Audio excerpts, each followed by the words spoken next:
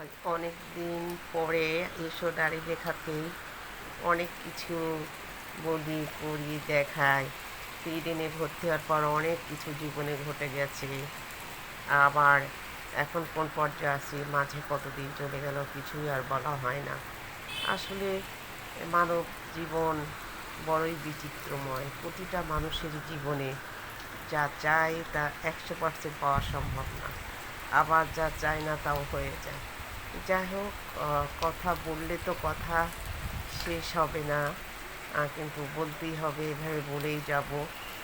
আমি ইডেনে ভর্তি হওয়ার পর আপনাদের আর কিছু বলা হয়নি। ক্লাস করলাম, ওই যে বললাম যে সাভারে গেছি সিনিয়র আপুদের সাথে বিশেষ দিব। তার পরবর্তীতে আমাকে যেতে হবে, এর মধ্যে চাকরির জন্য আমি ব্যস্ত হয়ে যাচ্ছি।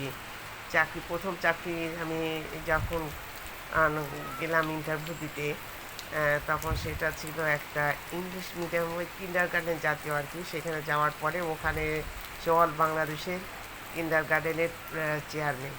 সে বলল যার প্রতিষ্ঠান সম্বন্ধে 5টি বাক্য লেখার জন্য।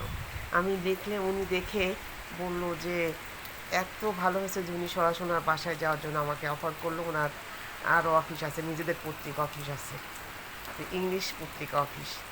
তো বললো সেখানে আমার একটা বড় পোস্ট দেবে, পুরো অফিসটা আমার দায়িত্বে দেওয়ার জন্য। কিন্তু আমি বলেছি যে না, আমি আসলাম যেখানে দিতে, আমি আবার আমার ছোটো বোনকে নিয়ে সেখানে গেলাম, তার মিসেসের সাথে দেখা করলাম। কিন্তু প্রথম চাকরির ক্ষেত্রেই সে এত বড় একটা অফার দিবে। এরপরে বললো আপনি বড় বড় অফিসে গিয়ে এমডি চেয়ারম্যান মানে ডাইরেক্টর তাদের সাথে আমার অফিস সম্বন্ধে বলবেন এবং সেই ভিত্তি অনুযায়ী আপনাকে